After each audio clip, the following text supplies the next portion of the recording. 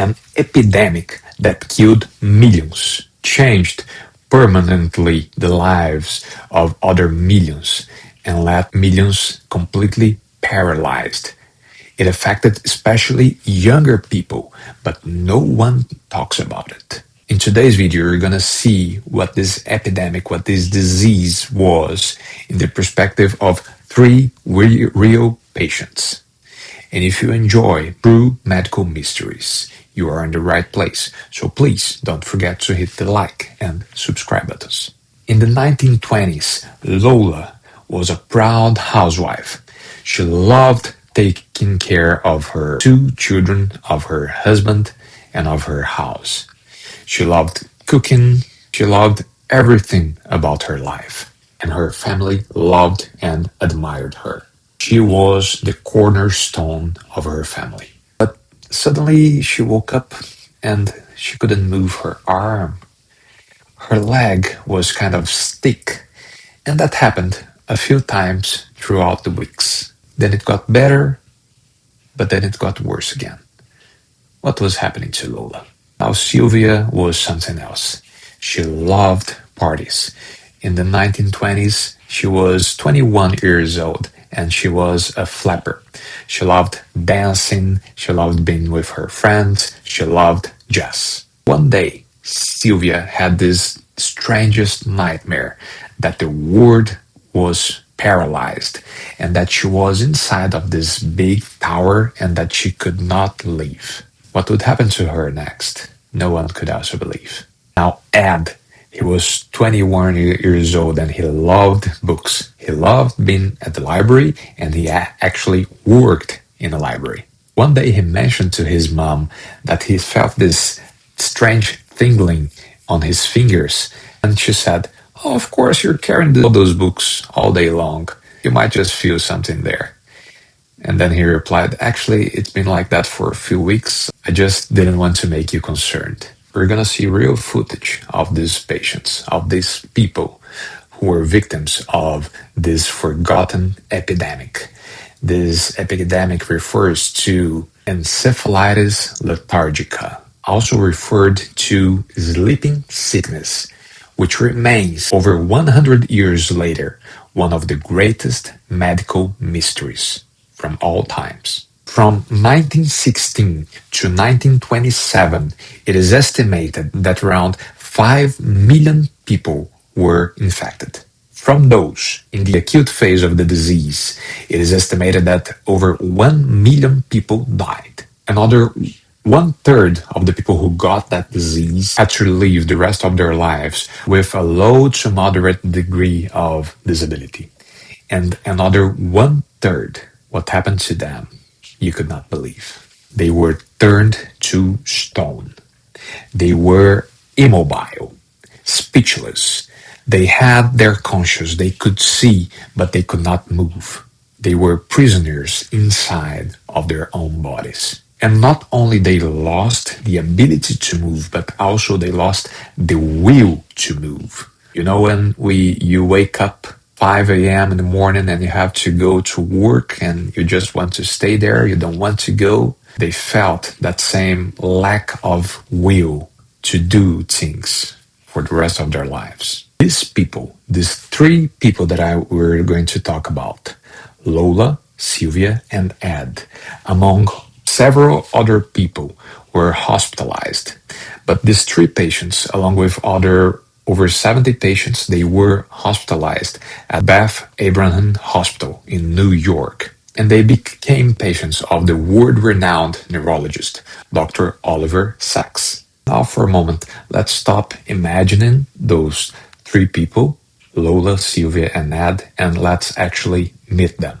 At 30, Lola Rosinski was an active housewife. 6 years later, rigid and almost speechless in hospital, she wrote, "I'm finished. There's nothing else to do." Night in 1926, Sylvia Schneider dreamed the world had come to a stop. She dreamed she was a living statue of stone. By morning, the nightmare had come true. Like Lola and Lillian, she was a victim of the strangest epidemic of our time. Now that's Ed. Just graduating high school. And he came home and he says, he says, "I can't clench my right hand so well." I said, look at all the books you're carrying. No wonder, you probably, their hand must have fallen asleep. He says, no, it's about 2 weeks, but I didn't want to worry you. Well, then I started to run from one doctor to another. 7 years it took them to find out what was wrong with him. Well, how old were you? About 22? About 22, I think. 23? 23. So he worked 2 years in City College. He was a library instructor. Then his left side started up. I took a leave of absence, but that was the end of his career. I took care of him for 23 years, and I brought him over here because he started to fall. And he couldn't, I couldn't pick him up. He used to pick himself up, and then he couldn't. And then I got a nervous breakdown, and I had to bring him over here. Because I always says, over my dead body will I put him in an institution. But it was almost so. Okay, now in 1969, after 40 years that those patients were hospitalized, those patients that we just met, Lola, Sylvia, and Ed, their doctor, Dr. Oliver Sacks, he read an interesting paper about this new drug called L-DOPA, and that it was helping patients with Parkinson's disease. Now, in Parkinson's, besides the tremor, you also have this rigidity and this lack of facial expression, this lack of will. So the part of the brain, the substantia nigra that affected people with Parkinson's disease, it was also affecting these patients. Initially, Dr. Sacks said that he was resistant to giving this new drug to his patients because it's something very different to give it from someone who just was diagnosed with Parkinson's as opposed to someone who has been living with this disease for over 40 years. What was going to happen, we could not predict. But after seeing the patients getting worse and worse and even patients dying, Dr. Sacks decided to try this new medication, L-DOPA, with his patients. And what happened next amazed everyone. It became known as the summer of 1969. Everybody was amazed. The patients were happy. The doctors, the nurses, they were all so full of joy because of what was happening. And what was it? What was actually happening? Well, you better see with your own eyes, otherwise you may not believe me. And that is Dr. Oliver Sacks, famous neurologist, and that is our patient, Lola. She was first given L-DOPA in May 1969 in the hope of keeping her alive. It did much more than that. Lola had been transfixed in a state of extreme, really in a state of infinite Parkinsonism and catatonia for decades. And her change, her awakening, occurred in seconds. And she jumped out of... Seconds after taking the medication. Can you imagine that? She was paralyzed for 40 years. And now what happened to her?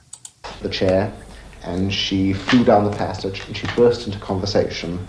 And it was an incredible scene. And I would doubt my own memory were it not supported by everyone else's memory, and of course by our accounts and films and so forth, which we took at the time. By the way, the full documentary is on the description of this video, and also Oliver Sacks' book, Awakenings. Okay, that was Lola, but what about Sylvia, the flapper? The 21-year-old who liked to dance and go to parties, who enjoyed jazz. What happened to her? Let's see. But the most dramatic awakening came in July with Sylvia Schneider. After 35 years in hospital, frozen and inert, she regained the enthusiasm for life which had deserted her 40 years before.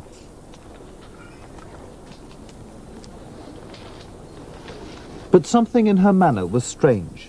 Sacks noted in his diary, "Is it possible that Sylvia has in fact never moved on from the past?" What about Ed? So we saw Lola, we saw Sylvia. What about Ed? What happened to him? And in his case, it was also amazing. After 2 weeks, he was an active man. At last he was able to write. Within 20 days, he produced an autobiography of 50,000 words in which he wrote, "With L-DOPA in my blood, there is nothing in the world I can't do." He wrote a book. He loved books when he was young, and now he wrote a book, an autobiography of 50,000 words. Okay, now this actually looks like a miracle. And what happened next? So these patients, they were deprived of this neurotransmitter called dopamine for over 40 years. And almost instantly, almost as a miracle, they became active, they started talking, they started moving, they started dancing and even writing. But what happened next? Was it a happy ending? Was it truly a fairy tale? That's what we're going to see next. Just as Lola's awakening had been spectacular, her deterioration was disastrous. Lola had to face the fact that that she had become much older, that decades of her life had been confiscated. She had to face the fact that she was now in middle age and no longer in her first youth. She had to face the fact that she was in an institution and had been out of the world for years. Perhaps the most painful fact of all for her to face had relation to her family. Lola was an immensely strong person. She is an immensely strong person. Clearly her strength had been the fulcrum of her family. Her ego had held things together. And when she became ill, when she had to go into hospital, the family sort of fell apart. Her daughter became acutely depressed and psychotic. Her son became deeply disturbed and vanished, and her husband became regressed in various ways. And there was a feeling of intense sadness and also of intense guilt which was inflected in which she thought, what have I done? What has my illness done? And this was a very, very torturing period for her. What about Sylvia? What happened to her? In the case of Sylvie, I think she couldn't. And in a very remarkable way, after 10 days of her 1926ness, I think a sort of horror came over her. And shortly after this, she returned to her transfixed, blocked, entranced state, and subsequently nothing we could do, giving her L-DOPA or anything else, would budge her. What happened to him?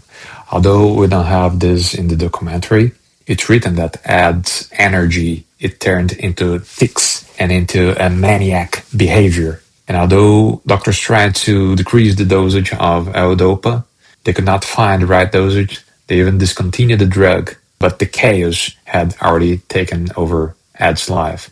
And after developing an infection, he died in 1981. So this miracle that we saw, unfortunately, it was temporary. And the summer of 1969, it was succeeded by the fall of 1969. Okay, but what caused this disease? What caused this epidemic? Was it a virus? Was it a bacteria? A fungus? Well, the truth is, we do not know. To this day, over 100 years later, we do not know what caused this epidemic. Some researchers relate that to the Spanish flu, although it seems more likely that they just happened at the same time. Other researchers point that it could be autoimmune, meaning that your own body is producing antibodies that attacked your body. So it's basically like friendly fire against yourself. And because we don't know what happened, there is one question that we should ask ourselves. Could it happen again? And more importantly, if it happens again, are we prepared for that? I'm Dr. Nathan, and see you at your next appointment.